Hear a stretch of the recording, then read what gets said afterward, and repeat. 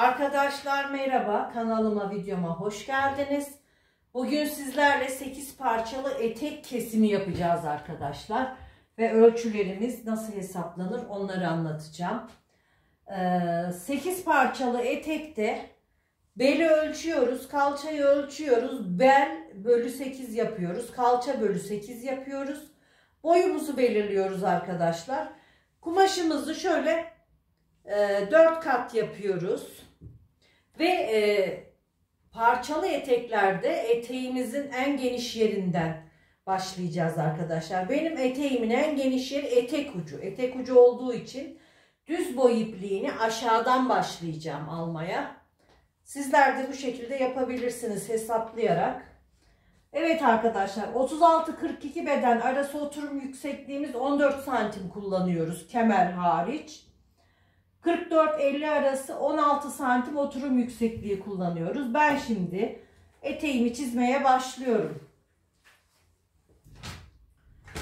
Öncelikle eteğimin boyunu çizeceğim arkadaşlar. Bunun için de kumaşımın üzerinden her zamanki gibi bir santimden düzeltme çizgisini çekiyorum. Bakın.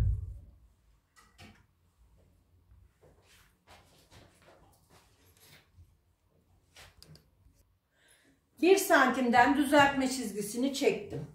Benim eteğimin ölçüsü 100 santim olacak arkadaşlar. 2 santim kemer payını düştükten sonra şöyle 100 santimi işaretliyorum. 1 santimde dikiş payı veriyorum arkadaşlar. Bu tarz eteklerde 1 santimden fazla dikiş payı veremeyiz.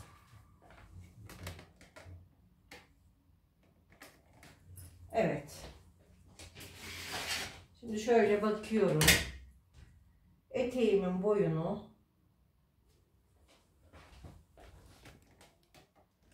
çiziyoruz. Şimdi dikiş payıyla beraber eteğimin boyunu şöyle çiziyorum. Şuradan kenara atıyoruz arkadaşlar. Benim kumaşımın kenarı şöyle. Kumaşımın kenarından 2 santim bir atma yapıyorum. Evet arkadaşlar, şimdi benim eteğimin ucunun bir parçası 30 santim olacak.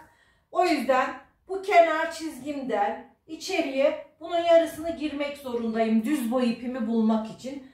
1 santimde dikiş payı vereceğim. Şöyle 16 santimden burayı işaretliyorum. 16'yı kenar çizgisinden yukarı etek boyuna kadar işaretliyorum. Ve eteğimizin düz boy ipini çiziyoruz. Parçalı etekte düz boy ipini bulduktan sonra gerisi kolay arkadaşlar. Evet. Eteğimin düz boy ipini çizdim. Şimdi oturumumu düşeceğim. Benim eteğimin bedeni 46 beden olacak arkadaşlar. 46 beden olduğu için oturumumu 16 santim kullanacağım. Bel çizgisinden aşağıya 16'yı çiziyorum. Ve bu çizgiyi sağlı sollu düzgün bir şekilde uzatıyoruz. Evet arkadaşlar, şimdi kalça bölü 8 yapıyoruz. Benim 46 bedende kalçam 110 santim bölü 8 yapıyorum. 13,75 çıkıyor arkadaşlar. Biz bunu 14 olarak da kullanabiliriz. Şimdi 14 olarak kullanıyorum ben yuvarlayarak. 7 santim sağına 7 santim soluna işaretliyorum. 7, 14. Şimdi belimizi çizeceğiz arkadaşlar. Bel 92, 46 bedende bölü 8 yapıyorum. 11,5. 11,5'u 5,75. 5,75 kullanabiliriz. Şöyle 5,75 5,75 çiziyorum. çizdikten sonra riga cetvelimle, bakın, riga cetvelimle şu şekilde çiziyorum. Kalçayla bel arasını, oturumumuzu çiziyoruz. Burayı da çiziyorum. Benim kumaşım 4 kat arkadaşlar. Bak, bir kesmede 4 parçasını keseceğim. 4 parçayı da buradan alacağım. 8 parça eteğimi tamamlamış olacağım. Şimdi kalça ve bel arasını çizdikten sonra cetvelimi şöyle yerleştiriyorum. Bakın. Cetvelimi şu şekilde yerleştiriyorum. Hafiften açıyorum. Şimdi buraya bir işaret atıyorum. Aynı şekilde cetvelimi buraya yerleştiriyorum. Burayı da hafiften açarak çiziyorum arkadaşlar. Şimdi etek ucuna geçiyoruz. Etek ucunu görüntüye alalım. Evet. Dikiş payıyla beraber etek ucumuz 16 santimdi. Bakın, üzerinde hala dikiş payı vermedim. Burası 16 santimdi. Şimdi cetvelimi yerleştiriyorum. Şöyle.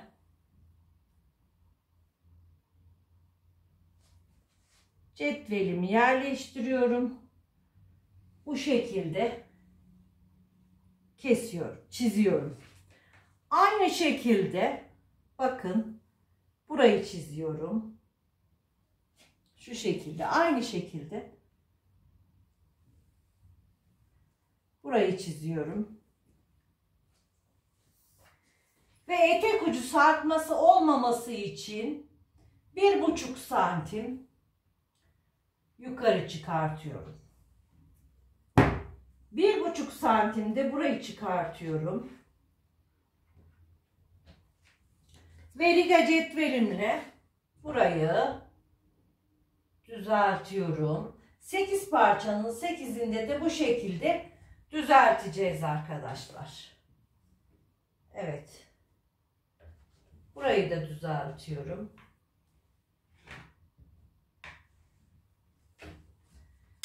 Evet arkadaşlar, şimdi şurada bir bozukluk oldu. Orayı bir düzeltelim.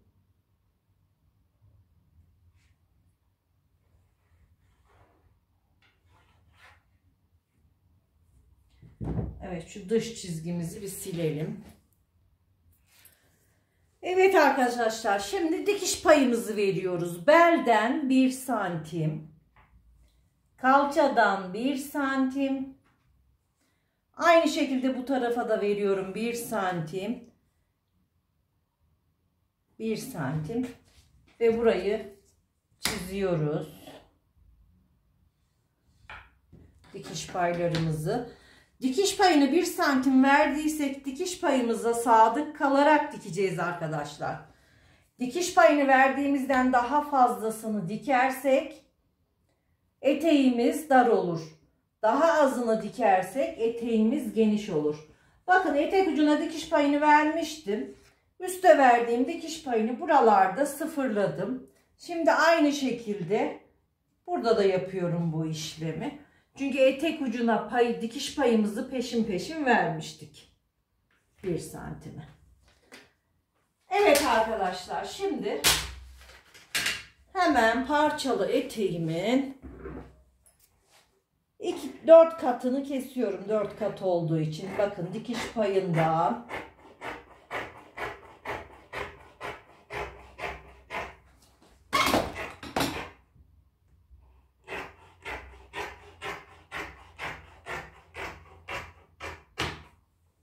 kesiyorum.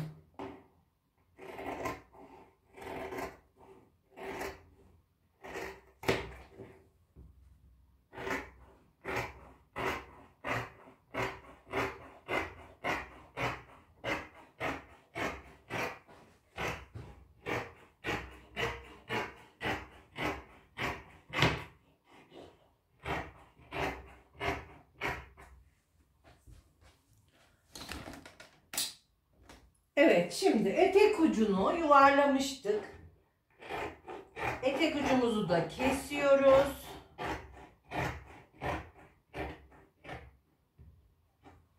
Böylelikle 8 parçalı eteğimin 4 parçasını kesmiş oldum arkadaşlar.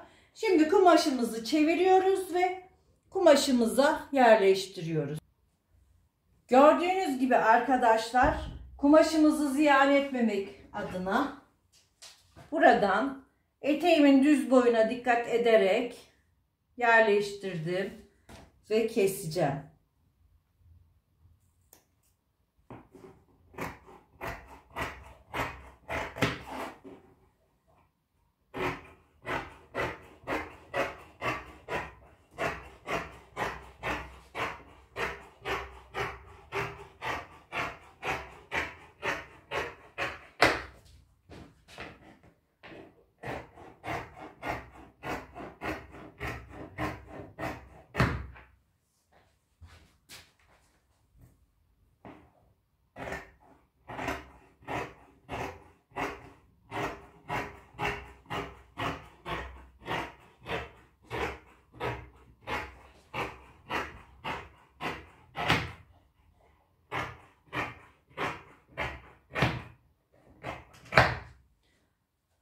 Evet arkadaşlar, eteğimin 8 parçası da kesildi.